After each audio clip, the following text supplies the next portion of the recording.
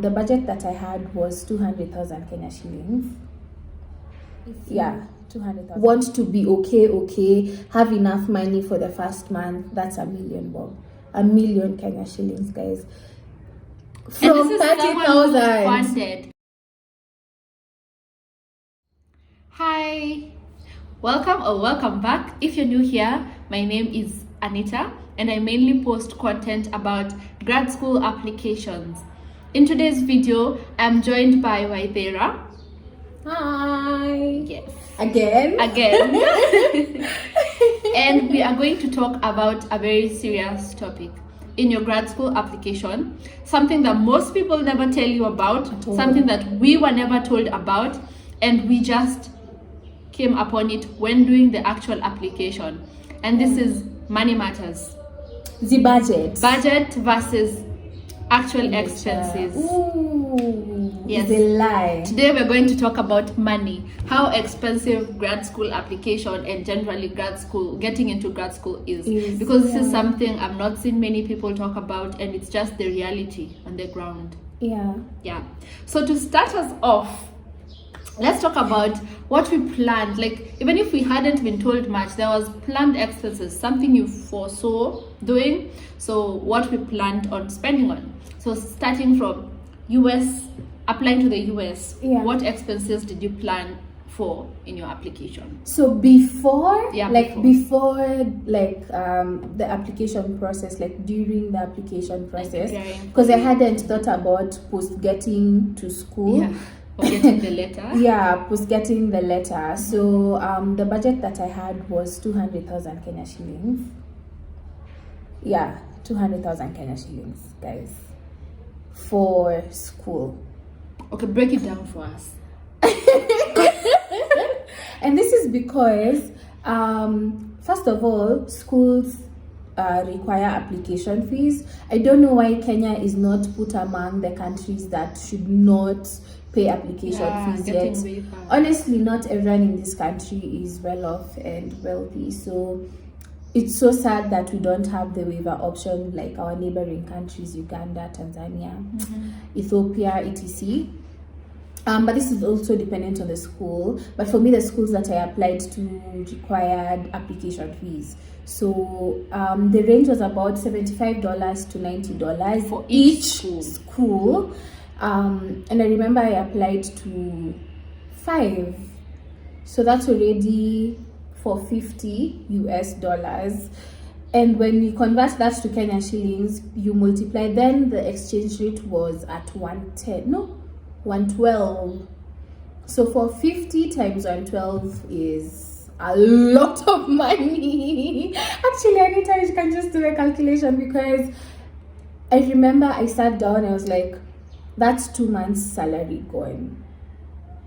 Actually 1, but it was 50,400 for just applying to the schools. And then you don't know if you'll get it. Yes, you don't know if you'll get it, and that's non-refundable. Like Imenda, fees are not refundable. And like from this money, because I'd also applied previously, I had applied to Oxford, Cambridge, and I think Edinburgh. So to that current, because this is the second round of applications where I'm using 50,400. Before that, I had used around 30,000 shillings in my previous applications. And then now I also had to plan for TOEFLs. And TOEFLs are about 30,000, because it's around 30,000 Kenya shillings. Like when you convert the USD to Kenya shillings, it comes to around 30,000 Kenya shillings, because GREs are about 30,000 Kenya shillings as well. So like when you do your math, that's almost 200,000 going on just before like application fees. So that was my budget before applying. Okay. So I think for me it was almost the same actually, because I had application fees I had initially planned to apply to 3 schools. So that's London School of Hygiene and Tropical Medicine, Imperial College London, and Oxford. And then I had also applied a bit earlier to Glasgow. So that's 4 schools. And then the average application fee is about the same, so around 60 to 90 pounds each school. And then I also did the IELTS exam, which I've talked about in a previous video. I'll show it around here. And the IELTS exam from Kenya is around 30,000 Kenya shillings right now, if I'm not wrong. You can check the updated price on the website. And then I had also planned for the... Oh yeah, there were some schools I had seen that required accreditation of credentials. So they required you to pay a fee for each credential, like each certificate that you have, the degree certificate, the transcripts, every document, 3,000 per document to certify them. So the total was coming to around 21,000 for that, just the accreditation. That's a lot of money. So I didn't apply to that school. That's I a lot actually of money. that made me not apply to it. And then there was, so if you don't have a passport, there's also passport application fee, which we can approximate around 6,000 Kenya shillings, exclusive of anything. Even, like, remember, these are just the figures that you pay to the institution. Yeah. We've not talked about miscellaneous fees. Like, for example, for me, I didn't have my degree certificate when I was applying, so I had studied for my undergraduate in Kakamega. Kakamega is in Western Kenya. So from Nairobi to there, I had to take a flight to and fro. So the flight tickets to go get the certificate and back, those are more expenses. Yeah. That you have to account for, that are not even on the official budget. Budget. But yeah, that's the budget before going to school. And you think that it's over. I thought, yeah. So now, after you get the admission letter, the real journey begins. Yeah, the real the actual journey to getting to school. The actual journey begins. Yes. Yeah.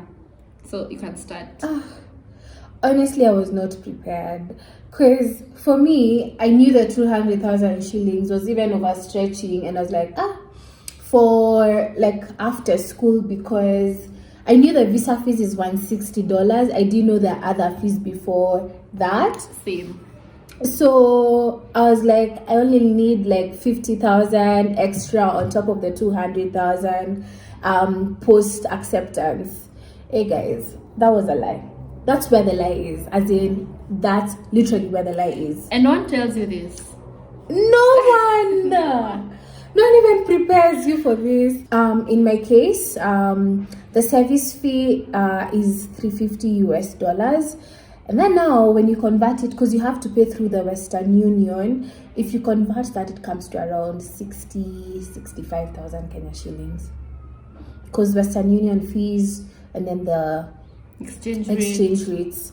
So around that much. And then you haven't paid your visa fees.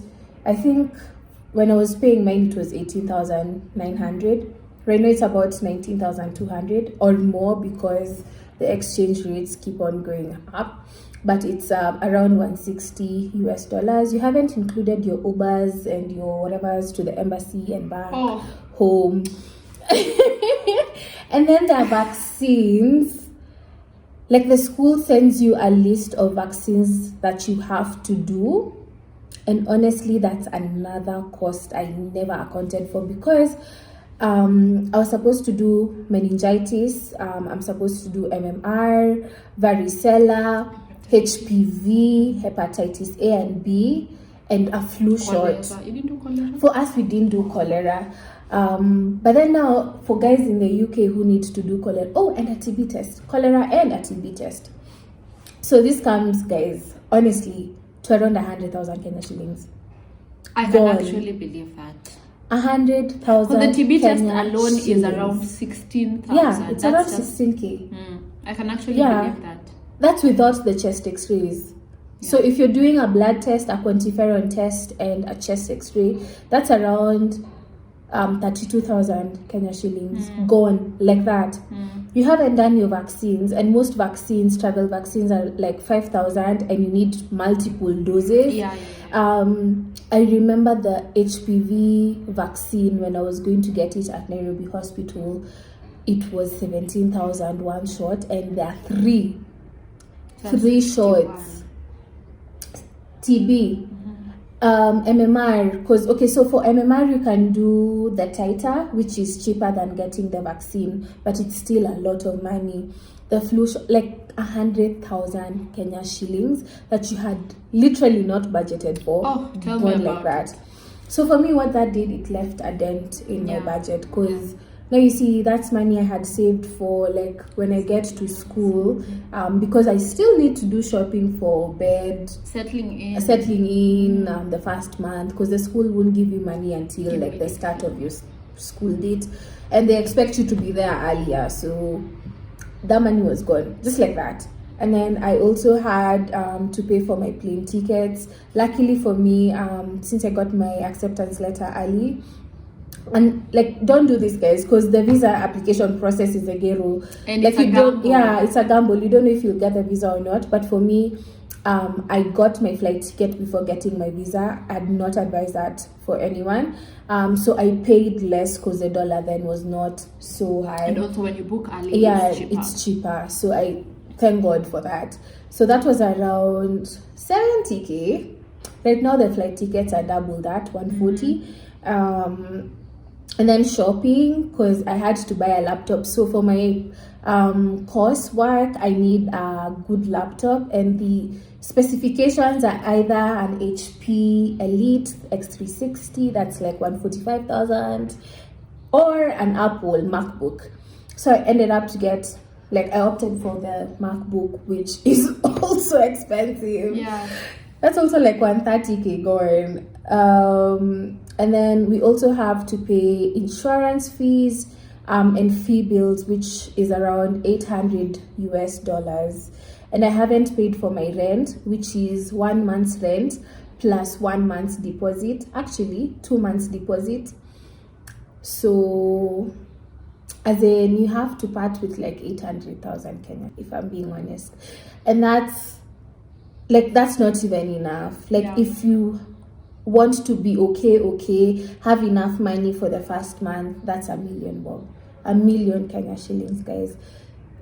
From 30,000. And you know, some people actually come from undergrad. They've not really been employed. Maybe they've done just an internship, and they want to get into grad school. And they know that grad school is funded. Yes, it's funded, but there are expenses that you have to incur before you actually start your studies, and no one caters for this. For them, because I know like the visa fees is.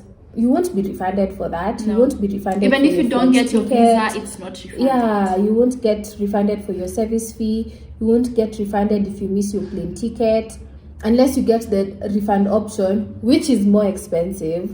The laptop, if you can't go, you'll still have bought it with your own money. Though, like Anita said, for her, she's being given a laptop, which is great. Oxford offers laptops for the course that I applied to specifically, but not all courses well. Just to add, for the UK, before you apply for your visa, you have to pay something called the international health surcharge, which is around £800. It's a lot. Yeah, before you pay for the visa fee, which is also around £400. What? Yeah. Your visa fee is £400? When there's a questionnaire you fill before you apply that determines your visa fee. So I filled mine and it came to around £370. What? Yeah. They ask you questions. Where are you going to study? Like, they just a whole questionnaire before you start, like before you access the visa application form. And they gave me a visa fee for 363, I think, pounds, and then the international health surcharge £710. Hey guys, okay, I thought the US was a ghetto. And that is you have to have done the medical before you even start that. Oh, and I also forgot that I booked college accommodation, and for your booking to be confirmed, so that your room is not given away, you have to pay an accommodation deposit of £500 as well. Yeah, and you pay that one way before, like in May. Like, you have to pay so that they confirm, you booked a room, like you've actually booked. Yeah, when you get funding, okay, you're given a stipend. So that stipend is for you to decide what you will pay for accommodation, or you budget for yourself. And the average stipend rate is about between £1,000 and £1,500. And the cheapest rooms I saw, like in my college, is around 600 to 700 pounds. So half of your stipend is just accommodation. Because at least I can say for the US, the GA, the TA, and the RA, like you get $2,000. You have house. That's if your house doesn't have utilities. Because what I've realized with the US is if you get a house that's like $500, some utilities are not catered for. So like electricity, it's either you shower with cold water or pay for electricity. Gas fee. So what are you gonna be cooking with? Electricity. Internet bills, phone bills, cable, snow. Oh, laundry. I'm like, these two tiny costs. Yeah, nobody tells you about it, but they actually come to a lot of money. Like $150. So as much as my rent is $500, I still have to budget for the $150 extra because these are things I can't live without. So it's $650. Guys, as in, please plan your budget. Yeah. No one warns us, but we are here to warn you. Yeah. We are here to give you guys the actual truth. Yeah, that no one talks about. Yeah, everyone is always silent. Like, yeah. And everyone is usually like fully funded scholarships to whatever. Zero shilling spent. Yeah, the scholarship starts when you start your studies. There's before, like, okay, very few scholarships cover some before expenses. Like the roads I know covers the application fee, the international health surcharge, the visa fee, and the flights. Yeah. Also the Commonwealth and Chevening cover the flights and the visa fee. I'm not sure, but you see, those are not all scholarships, especially the school funds, like the departmental or school internal school funds. They just give you the tuition, they pay the tuition and the stipend. Yeah, everything else is up to you.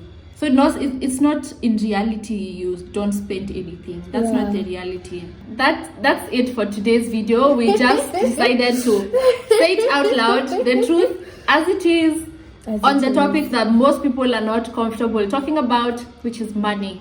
And that is the reality. We hope that this helps you prepare for your application more, because no one told us about it. And we are putting this out there so that someone else can go in knowing the reality of what actually happens. Yeah. So I'll see you in my next video. Bye. I'll see you guys in the US. We won't be the 254. Waithera is going. So the next time you see her, I think it will be virtual. We'll not be doing virtual tags because she'll no longer be here. Yeah. But yeah, we wish her all the best at UConn. All the best. Thank you. Bye guys. Bye.